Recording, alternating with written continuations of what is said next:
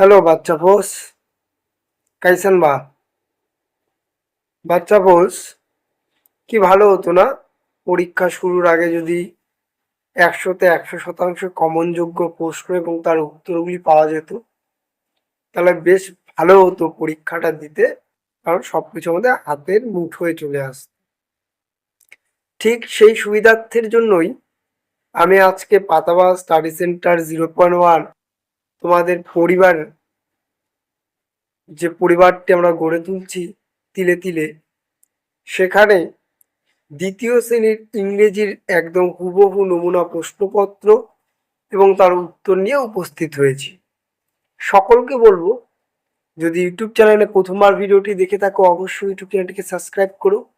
Facebook page থেকে দেখে থাকলে পেজটিকে ফলো শেয়ার করো, যাতে এরকম করেই আমি তোমাদের সামনে একটির পরে একটি করে প্রশ্নপত্র নিয়ে আসতে পারি এবং তোমরা সম্পূর্ণ নাম্বার পেতে পারো। ভিডিওটিতে প্রথমে আমি তোমাদের প্রশ্নটি আজকে তুলে ধরছি এবং শেষের দিকে আমি উত্তরগুলো পড়ে পড়ে একদম ক্লিয়ার করে দিচ্ছি। প্রথমে প্রশ্নটি দেখে নাও। এই তোমাদের নমুনা প্রশ্ন। বাইরে বৃষ্টি হওয়ার কারণে নয়েজ আসছে, তাই ক্ষমা চাচ্ছি, একটু অ্যাডজাস্ট করো। এই তোমাদের প্রশ্নপত্র, ঠিক আছে? এটা তোমাদের প্রশ্নপত্র, এটা তোমাদের প্রশ্ন। এবার আসছি আমি উত্তরে। একের দাগে যেমন বলেছে নাম্বার 1-এ ম্যাচ কলম এ উইথ কলম বি। এবার প্রথমটা বলেছে ক্যামেল হবে হাম, লায়ন হবে মেন, এলিফ্যান্ট হবে ট্রাং, টাইগার হবে স্পিচ। নাম্বার 2-তে বলেছে take word from the help box and fill in the gaps. শূন্যস্থান পূরণ করো হেল্প বক্স থেকে। যেমন বলেছে বার্ড হ্যাভ উইংস। বি বলেছে bird fly for food and shelter. C বলেছে some bird can sing sweet song. D বলেছে birds eat with beaks. তারপরে নাম্বার 3 বলেছে fill in the blanks with that or দোস। তাহলে প্রথমটি হবে এ নাম্বারে that is a tree.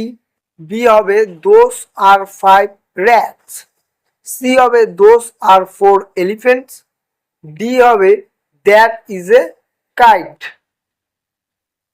C number 4 বলেছে change the word from 1 to many। Number 1 বলেছে mango হবে ম্যাঙ্গোস, টয় হবে টয়েস, বুক হবে বুকস, স্টোন হবে স্টোনস। নাম্বার 5 বলেছে টিক দ্য কারেক্ট অ্যান্সার। বলেছে Bina's father is a doctor or farmer. এটা farmer হবে, বইয়ে ফার্মার আছে।